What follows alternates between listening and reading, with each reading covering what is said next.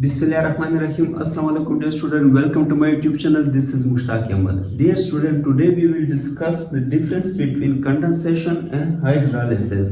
आज हम difference discuss करेंगे कंडेंसेशन और हाइड्रोलिसिस में। तो आपने लास्ट तक हमारे साथ रहना है, आपकी जितनी भी कंफ्यूजन होगी वो आज क्लियर हो जाएगी।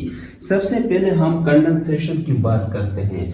डियर स्टूडेंट, कंडेंसेशन को हम डिहाइड्रेशन रिएक्शन भी कहते हैं। वो क्यों कहते हैं? D means remove and hydrate mean water. So इस रिएक्शन में वाटर के जो मॉलिक्यूल है उनकी रिमूवल होती है। क्लियर? तो ऐसे रिएक्शन जिसमें वाटर मॉलिक्यूल रिमूव होता है उसको हम कंडेंसेशन कहते हैं। डियर स्टूडेंट, इसमें क्या होता है? फॉर्मेशन ऑफ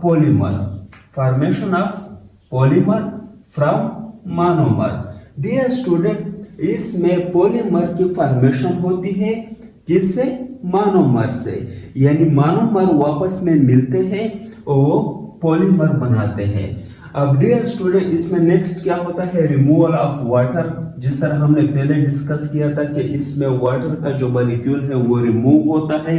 अब डियर स्टूडेंट, यहाँ पर क्वेश्चन अराइज होता है कि पॉलीमर क्या है और मोनोमर क्या है। पॉलीमर क्या है?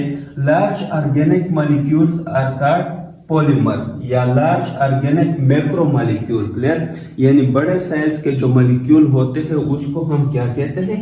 पॉलीमर कहते हैं। इसके एग्जांपल क्या है? For example protein. तो प्रोटीन जो है ये क्या है? पॉलीमर है। लिपिड, कार्बोहाइड्रेट, तो ये सारे क्या है डियर स्टूडेंट? ये पॉलीमर है। अब नेक्स्ट क्या है? मोनोमर। मोनोमर क्या है? Small organic molecules are sub unit are called monomer. जो छोटे मॉलिक्यूल होते हैं या छोटे सब यूनिट होते हैं उसको हम मोनोमर कहते हैं। मोनोमर के एग्जांपल्स क्या है? For example amino acid. Clear? Carbohydrates के अगर हम एग्जांपल ले लें यहाँ पर ग्लूकोज, यानी बहुत सारे ग्लूकोज या अमाइनो एसिड वापस में मिलकर क्या बनाते हैं? पॉलीमर बनाते हैं। यानी बहुत सारे अमाइनो एसिड और ग्लूकोज मिलकर क्या बनाते हैं? Protein, carbohydrate etcetera. क्लियर? तो ये डिफरेंस रहा between polymer and monomer. Dear student, अगर हम इसके एग्जांपल की बात करें, फॉर एग्जांपल इसमें बहुत सारे मोनोमर्स वापस में मिलते हैं। जिस तरह हमने यहाँ पर ग्लूकोज के एग्जांपल लिखा तो यहाँ पर बहुत सारे ग्लूकोज वापस में मिलते हैं। यानी बहुत सारे मोनोमर्स जो है वो वापस में मिलते हैं और वो क्या बनाते हैं? पॉलीमर। अब स्टार्च जो है ये कार्बोहाइड्रेट की एग्जांपल है। क्या है? पॉलीमर। नो डियर स्टूडेंट, यहाँ पर आप देख सकते हैं कि यहाँ पर ग्लूकोज मॉलिक्यूल से हाइड्रोजन रिमूव होगा और दूसरे ग्लूकोज मॉलिक्यूल से हाइड्रोक्सिल आयन रिमूव होगा। क्लियर? जब ये दोनों रिमूव होंगे तो ये वापस में मिलकर क्या बनाएंगे? वाटर का मॉलिक्यूल बनाएंगे। क्लियर? और यहाँ पर भी सेम इसी तरह। नो डियर स्टूडेंट, यहाँ से भी वाटर मॉलिक्यूल रिमूव हुआ और यहाँ से भी वाटर मॉलिक्यूल रिमूव हुआ। तो ये सारे वापस में मिलकर इन्होंने क्या बनाया? स्टार्च बनाया। और साथ में जो वाटर मॉलिक्यूल रिमूव हुआ था वो यहाँ पर आ गया अलग। तो यहाँ पर बहुत सारे मोनोमर वापस में मिले और उन्होंने पॉलीमर बनाया और साथ में वाटर मॉलिक्यूल, क्योंकि वाटर इस रिएक्शन में क्या होता है? रिमूव हो जाता है। Clear? No dear student, hydrolysis क्या है?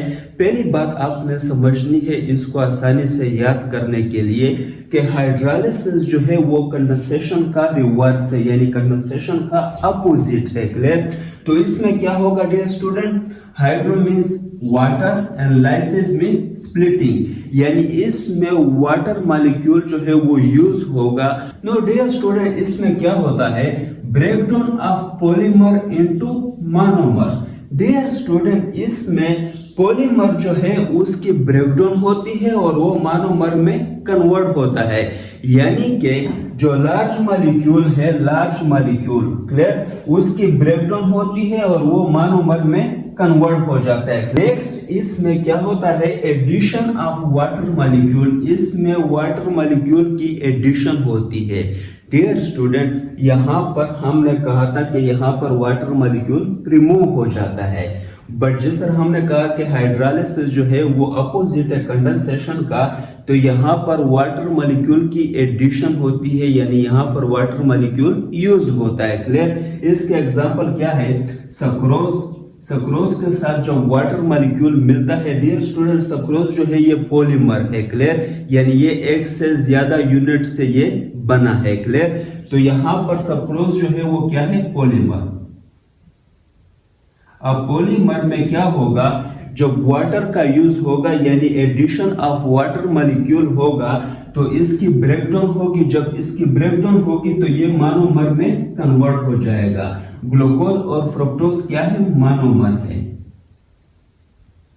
तो डियर स्टूडेंट, आपने सिंपल याद रखना है कि इसमें जो है मॉलिक्यूल की ब्रेकडाउन होती है वो स्मॉल यूनिट में कन्वर्ट हो जाता है जिसको हम मोनोमर कहते हैं, और यहाँ पर स्मॉल यूनिट्स वापस में मिलकर क्या बनाते हैं? लार्ज मॉलिक्यूल बनाते हैं।